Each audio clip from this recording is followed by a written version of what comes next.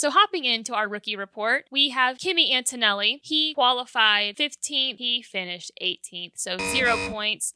He was really the only driver to overtake on the track. I mean, technically, Gabriel Bortoleto overtook him, and then Kimi said, oh, no. He said, no, thank you. And then right going into the tunnel, he overtook it back, which led Gabriel crashing into the barrier because he kind of refused to back out of his defense. He said he struggled on the C6 tire, and he just found himself stuck behind the Williams and the Racing Bulls, who were playing the team gaming and holding everybody up. And then we move on to Isaac Hadjar. So he qualified 6th. He finished 6th. So he got 8 points. Woo! So he started 5th due to Hamilton's penalty. So even though he qualified 6th, he started 5th on the grid. He achieved his best result of the season with his 6th place finish. So we move on to Ollie Behrman. He qualified 17th. He finished 12th. So right outside the points, but 0 points for him. Even though he qualified 17th, he started 20th due to a 10-place grid penalty for overtaking under red flags in practice.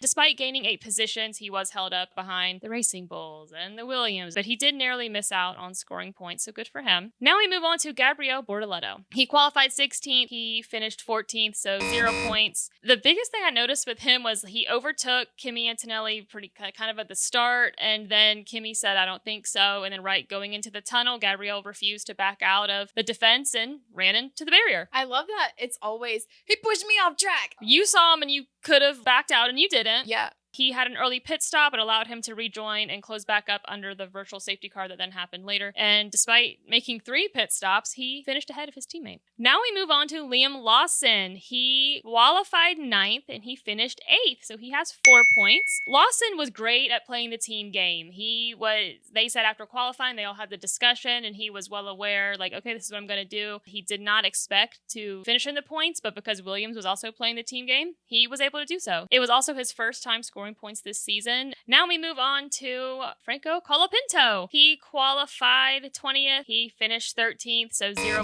points. He started 18th due to Stroll and Behrman's penalties. He spent most of his race stuck behind the Racing Bulls and the Williams and Mercedes train. He also narrowly avoided being hit by Pierre Gasly after he had that incident where his brakes weren't working. I mean, really, Franco did probably all he was going to be able to do. And our last rookie, Fernando Alonso, he qualified 7th and he had a DNF, so 0 points. So he qualified 7th, but he started 6th due to Hamilton's penalty. So he started really strong and everybody was really positive, and he was a little upset because he wanted to do what Hamilton did with the pit stops essentially to get ahead of Hadjar, but it ended up not mattering because he had issues with the car and had to park it. So you'll get him in Spain. You're going to get him there. Next time. It's your home race. Come on. You've got it.